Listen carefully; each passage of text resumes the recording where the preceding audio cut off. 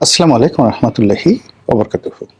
সম্মানিত দর্শক, বাংলাদেশের রাজনীতি থেকে কোনো অবস্থাতেই শেখ হাসিনাকে মাইনাস করা যাচ্ছে না। ঘুরে ফিরে তার কথাই আসছে। তিনি যা কিছু করছেন, করার চেষ্টা করছেন বা তাকে কেন্দ্র করে যখন কোনো কথা বলছেন অন্য কেউ, অমনি সেটা ভাইরাল হয়ে যাচ্ছে। এজন্য আমরা সবাই, পক্ষে কিংবা বিপক্ষে, ইচ্ছা করে হোক অনিচ্ছা করে হোক, জেনে হোক কিংবা না জেনে হোক, নিজেদের অস্তিত্ব টিকিয়ে রাখার জন্য বারবার শেখ হাসিনাকে সামনে নিয়ে এসেছি বা আসছি। সবাই শেখ হাসিনার কথা শুনতে চায়। শেখ হাসিনা জুলাই জাদুঘরে, সেখানে লাল টেলিফোন তুলে সাধারণ জনতা তাদেরকে শিখিয়ে দেওয়া হচ্ছে শেখ হাসিনার সঙ্গে কথা বলো। তো তারা কথা বলছে, আপা কেমন আছেন, ডিসেম্বরে আসবেন নাকি, শরীর স্বাস্থ্য কেমন, আমাদেরকে ছেড়ে চলে গেলেন কেন। মানে এই সকল কথাবার্তা যে স্ক্রিপ্ট লিখিত এবং শেখানো, এটা একটা তেলাপোকাও বুঝতে পারে। কিন্তু টিকিট কেটে 50 টাকার টিকিট কেটে লোকজন সেখানে যাচ্ছেন এবং এই ধরনের কথাবার্তা বলে মূলত শেখ হাসিনাকে লাইমলাইটে আনা হচ্ছে। যারা করছেন তারা হয়তো মনে করছেন এই কাজ করলে শেখ হাসিনার খুব অপমান হবে, মানুষজন বাহাবা দেবে, কিন্তু আলটিমেটলি এ সকল কথাবার্তায় ঘুরে ফিরে শুধু শেখ হাসিনা প্রসঙ্গ আসছে এবং তার গুরুত্ব বাড়িয়ে দিচ্ছে। তদ্রূপ এই যে সাম্প্রতিক সময়ে শেখ হাসিনা যে সংবাদ সম্মেলনটি করলেন, এই সংবাদ সম্মেলন নিয়ে পুরো এক সপ্তাহ বেশি সময় ধরে করার আগে, মানে সংবাদ সম্মেলন করার আগে পুরো এক সপ্তাহ জুড়ে শুধুমাত্র বিতর্ক। তিনি কি জীবিত না মৃত, তিনি কি শুধু অডিও বার্তা দেবেন নাকি ভিডিও বার্তা দিবেন, তারপর কেন এই সময় এই কাজটি তার করা দরকার, কি তিনি বলতে চান, তারপর বিদেশে বসে কেন এই সমস্ত জিনিসপত্র করছেন, এরকম হাজারো প্রশ্ন আওয়ামী লীগের, বিএনপির, জামাতের, সাধারণ মানুষের মধ্যে ঘুরপাক খাচ্ছিল। এবং সেই সংবাদ সম্মেলনের একদম আগে বা একদিন দুই দিন আগে মোটামুটি প্রচার হয়ে গেল যে তিনি আগের মতোই আগে রেকর্ড করা তার যে বক্তব্য, সে বক্তব্য তিনি দেবেন। কিন্তু বাস্তবে দেখা গেল যে তার এই সংবাদ সম্মেলনটি ছিল একটি মাল্টি ডাইমেনশনাল, যা অতীতে কখনো তিনি করেননি। তার একটি ভাষণ ছিল, সম্ভবত সেটি রেকর্ডেড হতে পারে, সরাসরি হতে পারে, কিংবা ধরুন সেটি লিখিত হতে পারে। তার একটা ভাষণ ছিল। এই ভাষণটা তিনি ইচ্ছা করে দিয়েছেন যেন লোকজন বিতর্ক করার সুযোগ পায় এবং লোকজন প্রথমে মনে করে যে তিনি এটা রেকর্ডের ভাষণ দিয়েছেন। কিন্তু যখন তাকে সরাসরি প্রশ্ন করা হলো, কিছু প্রশ্নের উত্তর তিনি নিজে না দিয়ে খুব কৌশল করে বললেন যে এই বিষয়টি আমার ছেলে বলবে।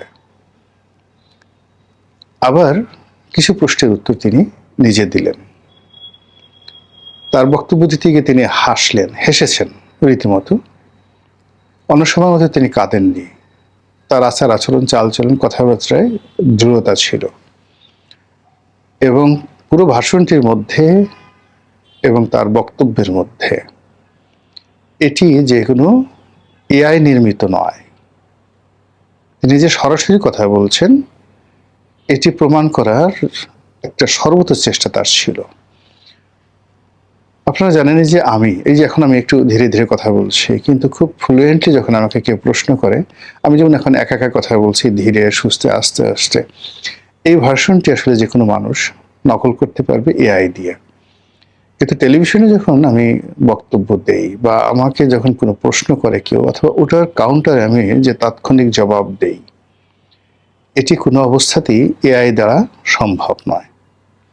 2 নম্বর হলো যে মানুষ যে স্বাভাবিক গতিতে হাসে ইন জেনারেল, এটা কখনোই এখনো পর্যন্ত কোনো রোবট এটা তৈরি করতে পারেনি। রোবট হাসতে পারে বা হাসার শব্দ করতে পারে, কিন্তু আপনি বুঝতে পারবেন। তো সেই ক্ষেত্রে যেটি হচ্ছে, শেখ হাসিনা জানতেন যে তাকে নিয়ে কি ধরনের বিতর্ক হবে, লোকজন কি ধরনের কথাবার্তা বলবে, ফলে সেই কথার একটি বৈজ্ঞানিক, একটি জিওমেট্রিক মানে জ্যামিতিক এবং একটি ম্যাথমেটিক্যাল অর্থাৎ গাণিতিক তিনি ব্যাখ্যা দাঁড় করানোর জন্য তার সেই পুরো সংবাদ সম্মেলনটিকে তিনি একটি ভার্সেটাইল সংবাদ সম্মেলন করেছেন। এই সংবাদ সম্মেলনটিতে তিনি এমন কিছু গোমর রেখেছেন, ফাঁক রেখেছেন, ফোকর রেখেছেন, যেন মানুষ প্রশ্ন করতে, সন্দেহ করতে এবং কল্পনা করতে, আওয়ামী লীগকে নিয়ে কল্পনা করতে মানুষ উদ্বুদ্ধ হয়। এটি তার একটা রাজনৈতিক পলিসি। প্রথমত এখানে আওয়ামী লীগের কোনো সিনিয়র নেতা ছিলেন না। লোকজন প্রশ্ন করবে কেন ছিলেন না? তাহলে কি তার আগে শেখ হাসিনার সঙ্গে নেই, নাকি শেখ হাসিনা তাদেরকে মাইনাস করেছে, ইত্যাদি নানা প্রশ্ন, হোয়াট এভার মেবি, কিন্তু এটা শেখ হাসিনা চেয়েছেন। তরুণদের মধ্যে কতগুলো অজনপ্রিয় মুখ, ভীষণ রকম অজনপ্রিয় মুখ, যারা ক্ষমতার সময়টাতে কেউ সজীব ওয়াজেদ জয়ের কথা বলে, কেউ অন্য কোনো কারণে ভীষণ রকম বিতর্কিত ছিলেন, অপ্রিয় ছিলেন, অজনপ্রিয় ছিলেন এবং এখনো আছে। বলতে গেলে তাদের কাউকে এখানে সম্পৃক্ত করা হয়নি। এখানে সাকিব আল হাসানকে আনা হয়েছে, যদিও সাকিব আল হাসান একেবারে নন পলিটিক্যাল, বাংলাদেশে তার গুরুত্ব অ্যাজ এ পলিটিশিয়ান নেই বললেই চলে, এবং তার কথাবার্তা, আচার আচরণ অনেকটা শিশু সুলভ। কিন্তু বিশ্ব ক্রিকেটের অঙ্গনে তার যে অবদান এবং তার যে ভূমিকা, এখানে এই পর্যায়ের অলরাউন্ডার মানে ক্রীড়া জগতে, মানে স্পোর্টস ওয়ার্ল্ডে সাকিব আল হাসানের মতো এই মুহূর্তে দ্বিতীয় কোনো স্টার নেই। তো কাজী তার সেই যে স্টারশিপটি, এটি শেখ হাসিনা ব্যবহার করতে চেয়েছেন এবং সফলভাবে ব্যবহার করেছেন। এবং সাকিব আল হাসানকে ব্যবহার করার পর কি ধরনের প্রতিক্রিয়া হতে পারে বা হবে, এটার জন্য তিনি মানসিকভাবে প্রস্তুত ছিলেন এবং সেই ঘটনাগুলো ঘটেছে। তরুণদের মধ্যে তিনি মেয়র মহিউদ্দিন সাহেবের ছেলে মহিবুল হাসান চৌধুরী, সাবেক শিক্ষামন্ত্রী, তাকে লাইমলাইটে নিয়ে এসেছেন। এর মাধ্যমে তিনি আসলে সামনের একটা ভিশন, যে তিনি কি ধরনের তরুণদেরকে সামনে টানতে চাচ্ছেন, রাজনীতিতে সম্পৃক্ত করতে চাচ্ছেন, তার একটা পোর্ট্রেট তিনি মহিবুল হাসান চৌধুরীর মাধ্যমে জাতির সামনে তুলে ধরেছেন। অন্যদিকে জয়কে তিনি যে রাজনীতিতে আনতে চান এবং জয়ও রাজনীতিতে আসতে চান, এবার এই বক্তব্যের মাধ্যমে সেটা মনে হলো। জয় সবসময় অনেকটা বহেমিয়ান টাইপের, মানে টাকা পয়সা, অনেকে যে যাই বলুক তার বিরুদ্ধে বদনাম, কিন্তু বেসিক্যালি ব্যবসা বাণিজ্য করা, টাকা সঞ্চয় করা, তারপরে শেষে খুব ভোগ বিলাসে সেই টাকা পয়সা খরচ করা, এই জিনিসগুলো আমরা সাধারণত দেখিনি তাকে। কিংবা তার বিবাহ বিচ্ছেদ ঘটেছে, হয়তো একাধিক প্রেমের ঘটনা ঘটেছে, এটা স্বাভাবিক হিউম্যান বডি মাইন্ড অনুযায়ী যা হওয়ার তাই। কিন্তু নারী নিয়ে, যৌনতা নিয়ে যে বিকৃত রুচি, অন্যের বউয়ের সঙ্গে রাত কাটানো, বন্ধু বান্ধবের স্ত্রীদেরকে নিজের বিছানায় নিয়ে নেওয়া, হলিউড বলিউডের বিভিন্ন নায়িকাদেরকে শয্যাসঙ্গী করা, টাকার বিনিময়ে তাদেরকে ভোগ করা, হানি ট্র্যাপ বলতে যেটি বোঝায়, এই বিষয়গুলো আসলে জয়ের বিরুদ্ধে কখনো ওঠেনি। বাংলাদেশের একটা নায়িকাকে কেন্দ্র করে পুতুলের হাজব্যান্ডকে নিয়ে নানা রকম বদনাম, মাশরুরকে নিয়ে আর বাংলাদেশের একজন কথিত সুন্দরী নায়িকাকে নিয়ে নানা রকম স্ক্যান্ডাল রয়েছে। তো এই স্ক্যান্ডালটি জয় সম্পর্কিত হতে পারত, তাকে নিয়ে তো বলা হতে পারতো যে সে প্রিয়াঙ্কা চোপড়ার সাথে এই কাজ করেছে, তারপর সেই রশ্মিকা মান্দানার সাথে এই কাজ করেছে, এগুলো তো বলতে পারতো, কিন্তু এই জিনিসগুলো আসলে আসেনি। সে তার মতো আছে, তার মতো চলছে এবং সে রাজনীতি নিয়ে কখনো আগ্রহ দেখায়নি। কিন্তু এবারের এই সম্মেলনটির মাধ্যমে মোটামুটি যেভাবে তাকে উপস্থাপন করা হয়েছে, ইট মিনস সজীব ওয়াজেদ জয় রাজনীতিতে আসছেন এবং ওয়াজেদ মানে সজীব ওয়াজেদ জয় তিনি নিজেও আসতে চাচ্ছেন। এই হলো মোটামুটি ফ্যাক্ট। এখন এই ফ্যাক্ট নিয়ে বাংলাদেশে ভীষণ রকম আলোচনা হচ্ছে। প্রথম আলোচনাটা হলো যে এই অনুষ্ঠানটি সাজানো, যাদেরকে আনা হয়েছে, ভাড়া করে আনা হয়েছে, অনুগত বাংলাদেশের শেখ হাসিনা যেভাবে একটি অনুগত সাংবাদিক শ্রেণী তৈরি করে ফেলেছিলেন, ওরকম একটা সাংবাদিক শ্রেণী তিনি সেখানে তৈরি করে ফেলেছেন। বিশ্ব গণমাধ্যম থেকে ভাড়া করা সাংবাদিকদের এনে তিনি এই কাজগুলো করেছেন। এই কথাগুলো একদল বলছে। আর একদল বলছে শেখ হাসিনা আসলে মারা গেছেন, তার কোনো অস্তিত্ব নেই, এবং বাংলাদেশে শেখ হাসিনার অনেক আত্মীয় স্বজন এখন মানে শেখ হাসিনার জামানাতে তারা ভালো ভালো পদে ছিলেন, একটু দূরের আত্মীয়, কিন্তু শেখ হাসিনা তাদেরকে নিয়োগ দিয়েছিলেন। তো সেই মানুষগুলো ক্রোধের বশে হোক কিংবা পিঠ বাঁচানোর জন্য হোক, কিংবা ওই মানুষগুলো খুব অল্প সময় তারা পেয়েছিল, অল্প সময়ের মধ্যেই যত রকম 2 নম্বরই কাজ আছে সব 2 নম্বরই কাজগুলো তারা করেছে। নদী দখল, খাল দখল, তারপরে ভূমি দখল থেকে শুরু করে সরকারি জমি নিজের নামে লিখে নেওয়া, এই কাজগুলো তারা করেছেন, এবং এই কাজগুলো করার জন্য রীতিমতো কোম্পানি গঠন করে ফেলেছিলেন। তো এরকম অনেকগুলো মানুষ আছেন যারা এখন নিজেরাই বলার চেষ্টা করছেন যে শেখ হাসিনা মূলত মরে গেছে, 2 মাস আগে মরে গেছে, কোথায় দাফন কাফন করা হচ্ছে বা হয়েছে এইগুলো বলে দেওয়া হয়েছে, এবং কয়জন লোক সেখানে ছিল ইত্যাদি ইত্যাদি। ভাগ্য ভালো এখন পর্যন্ত তারা কেউ বলেনি যে তাকে হিন্দু রীতিতে চিতায় নেওয়া হয়েছে এবং তাকে জ্বালিয়ে পুড়িয়ে তার যে দেহ এটা ভস্ম করে দেওয়া হয়েছে, এই কথাটা এখনো পর্যন্ত কেউ বলেনি। তো এরকম একটা গ্রুপ রয়েছে। তারপরে তার ভয়েস, সে যে কথাগুলো বলেছে এটা এআই নির্মিত।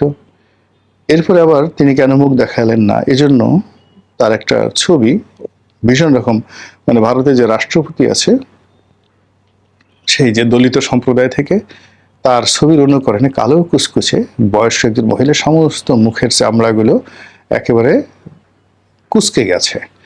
তো এরকম শেখ হাসিনার একটা ছবি তৈরি করে, এআই দিয়ে তৈরি করে বলা হচ্ছে যে এই চেহারাটা তার আসলে এইভাবে নষ্ট হয়ে গেছে, এই চেহারা তিনি আসলে দেখাতে চাচ্ছেন না। ভীষণ রকম, যেটা মেকআপ দিয়েও মানে এতটা খারাপ অবস্থা হয়ে গেছে, মেকআপ দিয়েও এই চেহারাটা ভালো করা যাচ্ছে না। এই কারণে শেখ হাসিনা জনসম্মুখে আসেননি। এখন ঘটনা যাই হোক না কেন, আমরা এই যে আলোচনা করছি, আমরা কথা বলছি, আমাদের এই কথার কারণে সরকার উত্তেজিত হচ্ছে, অস্থির হচ্ছে, বিভিন্ন জায়গাতে রেড অ্যালার্ট জারি হচ্ছে, বিভিন্ন জায়গাতে সতর্কতা গ্রহণ করা হচ্ছে, এবং এই শেখ হাসিনার বক্তব্যের প্রেক্ষিতে বাংলাদেশে মহিবুল হাসান চৌধুরীর বাড়িতে আগুন লাগছে, সাকিব আল হাসানের বাড়িতে আগুন লাগানো হচ্ছে, আবার সেই আগুনের খবর সারা দুনিয়ার মিডিয়াতে চলে আসছে। বাংলাদেশ সরকার খুব রাগ করেছে ভারতের উপর, কেন ভারত এই শেখ হাসিনাকে দিয়ে এই ধরনের কর্মকাণ্ড করাচ্ছে। স্বরাষ্ট্রমন্ত্রী নিজে একবার বলছেন, কোথায় শেখ হাসিনা? শেখ হাসিনার নামে কেউ আসে নাকি? শেখ হাসিনার কেউ আসে, তার ছবিকে দেখা গেছে? ইট মিনস তিনি তো জীবিত নন, বা এটা এআই নির্মিত। আপনারা এটা নিয়ে বাড়াবাড়ি করছেন কেন? ভালো কথা। এই কথা যেভাবে মাননীয় স্বরাষ্ট্রমন্ত্রী বলছেন, একই সময় আবার তার পররাষ্ট্র মন্ত্রণালয়, মানে স্বরাষ্ট্রমন্ত্রীর পররাষ্ট্র মন্ত্রণালয় সরকারকে, ভারত সরকারকে সেই সতর্কতা, মানে যাকে বলা হয় চিঠি তাকে দেওয়া হলো, নিজেদের ক্রোধের কথা বলা হলো, ক্ষোভের কথা বলা হলো, এবং যা মুখে আসে সেইভাবে তারা বললো, বলে আবার সেটা ফেসবুকে দেওয়া হলো, এবং সেই চিঠি আরো শানিত করার জন্য, আরো তাপিত করার জন্য 9 বার নাকি সেই চিঠি সংশোধন করা হয়েছে। তো এই যা কিছু করা হচ্ছে সবই আসলে শেখ হাসিনার কল্যাণে, বদৌতে, কিংবা তাকে উপলক্ষ করে। এখন সেই উপলক্ষ আগামীতে কিভাবে চলে, কতদিন চলে, সেটি দেখার বিষয়। মহান আল্লাহ আমাদের সবাইকে হিদায়াত দান করুন এবং হেফাজত করুন। আসসালামু আলাইকুম ওয়া রাহমাতুল্লাহি ওয়া বারাকাতুহু।